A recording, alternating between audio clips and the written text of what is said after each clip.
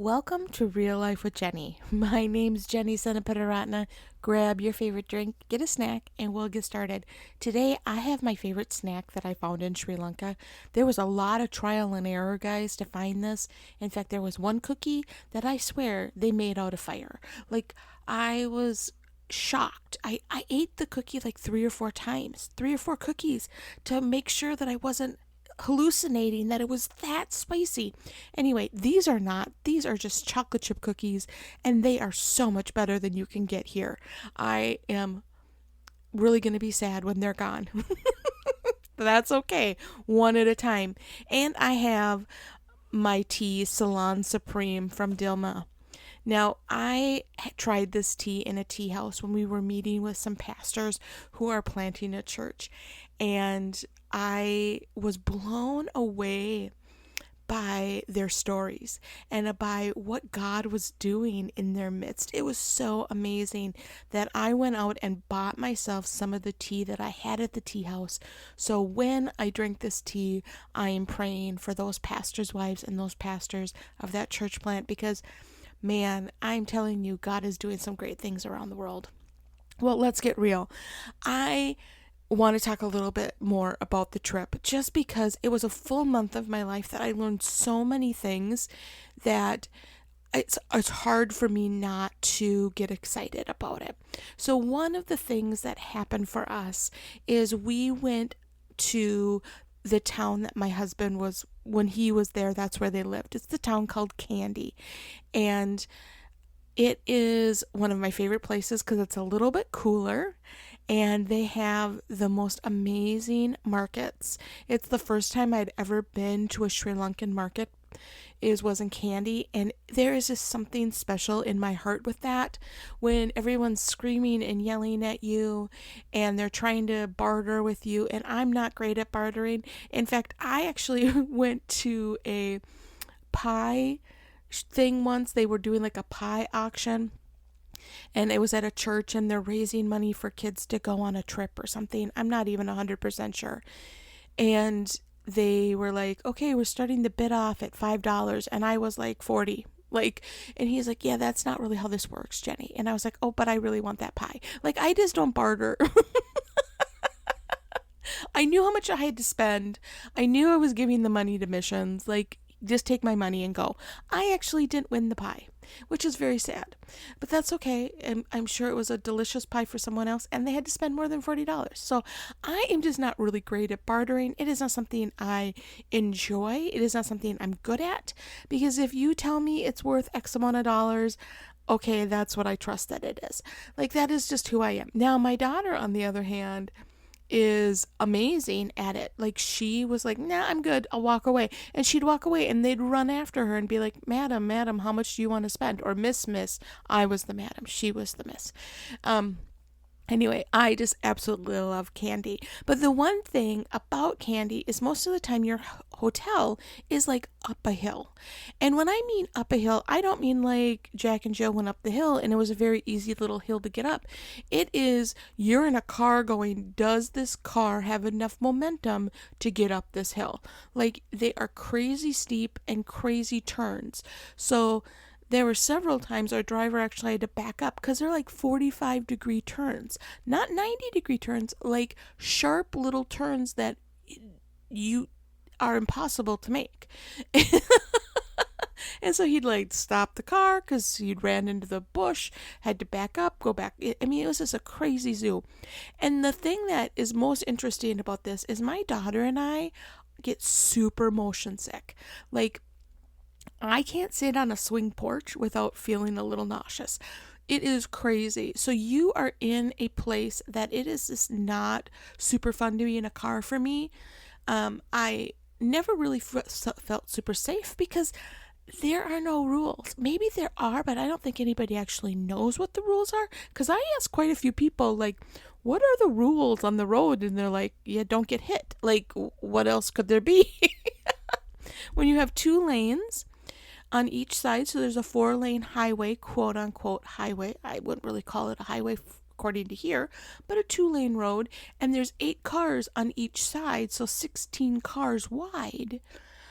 doing whatever they want to do. It is a hope and a prayer all the time on the road. If you want to pass a car, you honk at them and you pass them, and they speed up while you're passing them. Like, it is just crazy. And you're honking to hope that the person coming down the hill hears the honk and knows you're coming their direction. Like, it is very scary. Anyway, so we actually went from Kandy to a space that I'd never been, and it's called Naralia. It's one of the highest points in Sri Lanka, so it's a little colder.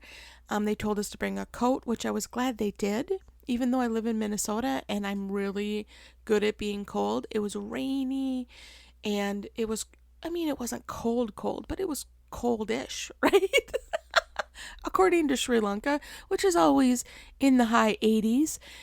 It was coldish. It was probably in the 60s, and I thought it was beautiful, actually, except for the pouring rain that my daughter and I got caught in several times, because it's not rain like sprinkle, sprinkle. It's monsoon, sheets of rain, that you get caught in it, and you are just completely drenched from head to toe in 30 seconds. So when we went into a tea house, we had gotten caught in the rain, and they looked at us like, could you like smoosh off a little? Like, we really don't want you to sit in our chairs with how wet you are. Like, yeah, I understand. Like, I'm dripping. Anyway, so we're up in this beautiful place, Naralia, and part of the beauty between Kandy and Naralia, and even a little bit further north, is it is tea estates all the way up and down. And it is tea as far as the eye can see. I mean, and it is just one of the most beautiful sights you will ever see in your life.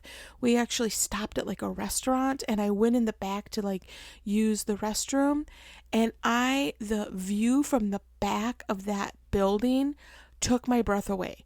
It was just one of the most beautiful views. It was crops and tea, and it was just amazing. And so I just absolutely love that. And guys, there are monkeys. So everywhere we stopped, there were monkeys. There was one place that there were like 30 monkeys, all came straight at us, and my husband took a video. It was super cute. I did not. I was so stunned I was like, where are all these monkeys coming from? And why are they all coming straight at us? That I did not film anything. I did not take pictures. I was just in complete and utter shock. Waterfalls, beautiful fruit stands. I mean, it was just one of those amazing trips. But you are taking these sharp turns up and up and up and up the mountain. And there was one spot in the mountain that was kind of a life-changing moment for me. So there are buses, because it's kind of a touristy area. So we're driving along, and there is this man with a bunch of flowers. Now, I know that the flowers do not cost a lot of money, because our money goes a little bit further in Sri Lanka than it really should. But that's a totally different podcast at a totally different time. So I know that this is, the guy has a bunch of flowers. And so he shows them there's probably 4 of us. There's 4 cars. And I can tell we're all tourists because there's white people in the vans, right? So he shows it to all 4. And all of a sudden he takes up straight up the hill through all the bushes. And then we get there and we drive the little switchback, and he's there holding the flowers again out to the car. I see him because we're kind of the last in the line, and we drive by, and he takes off up a hill again. And I mean, it's straight up. It is not like, this is a leisurely little path. It is straight up, to which it takes him less time than it does us to get all the way around. And he does this about 5 times, runs all the way up this very steep hill with his bunch of flowers. And I was very sad because there was no success. He actually never sold the flowers to the group of 4. And my driver was like, yeah, we're not stopping for these flowers. Because I was was like, shouldn't we just help this guy out? Like, this is, And he was like, no, you don't need flowers. Where are you going to put them? And I'm like, you're right. They die. Anyway, it was just fine. And you see him walking down the hill back to the beginning, probably, at least 5 stops down. And for him to do it all over again. And we saw him on the way back doing the exact same thing, running up the hill, running down the hill. Like, it was such determination. It kind of blew me away. And it was one of those moments that I realized, is there anything in my life that I would be passionate enough about to run up a hill 5 times for other people to buy into what I'm doing? Like, it was just one of those, like, wow, I don't think there's anything in my life that I put that much energy into. And it was kind of sad. It was one of those, like, God just kind of grabbed me and said, Jenny, will you get excited enough about speaking in front of people and teaching people about Jesus and loving Jesus, that you will run up a hill to say, are you sure you don't want this? Are you sure you don't want these flowers? Are you sure? And so I just want to encourage you. Is there something in your life that you've kind of just gone, hey, do you want this? And you've kind of given up, and just like no one has really bought them. No one has bought into what you're doing. You were really excited about it at one point, and now you're kind of like, nah, I guess it happens. It happens. If it doesn't, it doesn't. If people drive by and ignore me, okay. Because there were lots of flower vendors that they just stood there. And like, do you want flowers? This guy was passionate enough about what he was doing and his family to make money for his family, that he was willing to run up and down that mountain all day long, probably 6 to 7 times a day.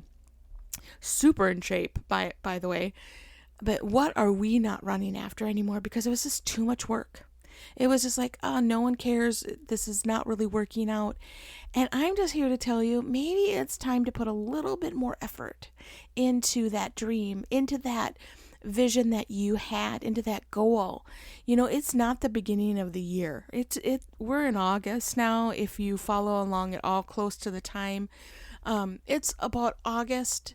You made the goals in January. You gave up in February. And I'm telling you now, should you pick those back up and say, hey, I made these for a reason, and maybe I need to pick them up again and go, hey, I need to go after some of these, because there was some value in that.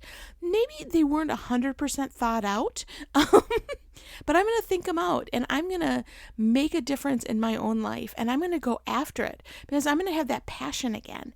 And so get excited again. Have some passion about the things that you want to change or the things that you want to do in your life. And get excited, because you know what? When you're excited, I'm telling you, other people are attracted to that. People are like, you want to be around other people that are excited about life. And so go ahead, take out those New Year's resolutions, wipe them off, dust them off, see if there's some that need to be revived, see if there's a goal in your life that needs to be revived, or if your passion for Jesus needs to be revived. If you need to go after Jesus again and start running up a hill after him and teaching other people about him, because you've kind of just gone lackluster, and you're like, if they talk to me long enough, maybe I'll tell them about Jesus. Maybe that'll be part of what I do. But it should be our motivation to run up that hill, to get as many people to heaven with us as possible. Well, that's all I have for you this week. I hope that was encouraging. I hope that you will follow along on Real Life with Jenny on Instagram, Facebook, or Be Real.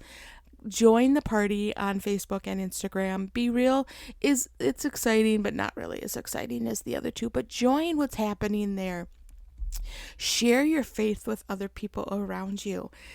Get excited again about the goals and dreams that God has planted in your life. And let's see what he can do. And you all have a great week.